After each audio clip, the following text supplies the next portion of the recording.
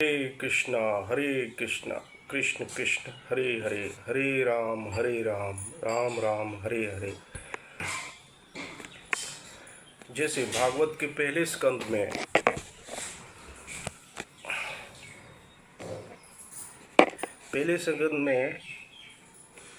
तीन श्लोक है, जिसमें तीनों श्लोकों में वेद व्यास जी ने मंगलाचरण किया है।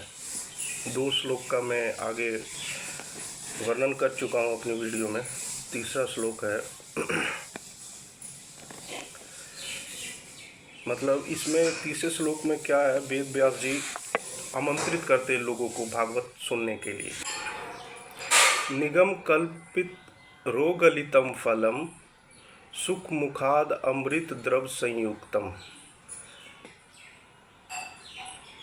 निगम कल्पितो गलितम कल्पित रो गलितम फलम, मतलब कि ये जैसे ये सारे वेद हम समझ लो वृक्ष के रूप में है, और जो भागवत है उसका पका हुआ फल के समान है।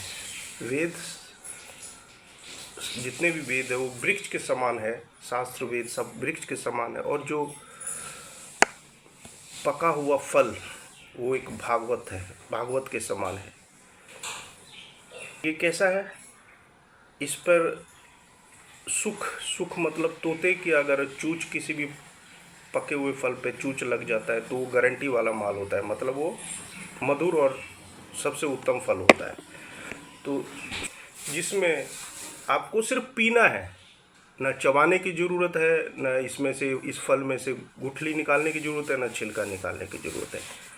ठीक है, तो ये इसका मतलब है, इस श्लोक का मतलब है निगम कल्पित रोगलितम फलम सुख मुखाद अमृत द्रव संयुक्तम।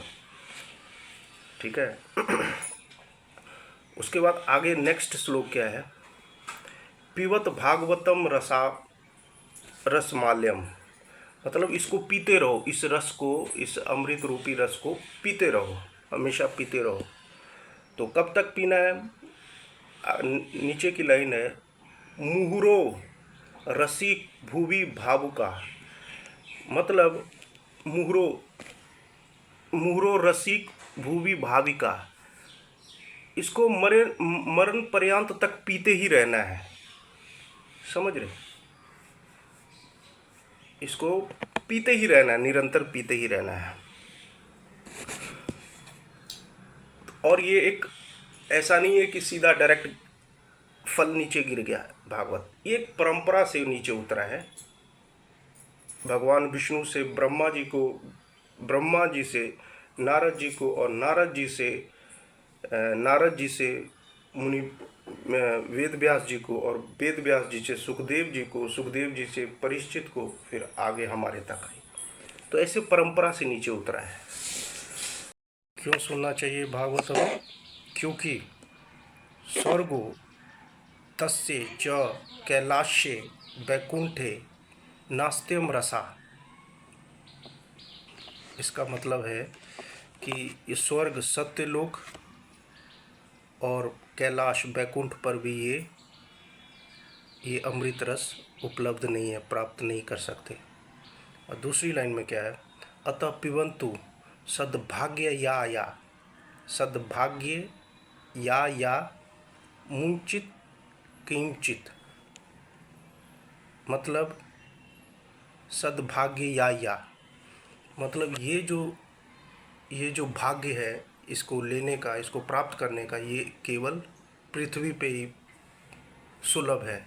अमृत रस सिर्फ पृथ्वीवासियों को ही ये भागवत रस अमृत सुलभ है, और कहीं भी किसी लोक में ये सुलभ नहीं है, ना स्वर्ग में, ना सत्य लोक में, ना कैलाश पे, ना बैकुंठ में। तो ये है भागवत। सोचिए।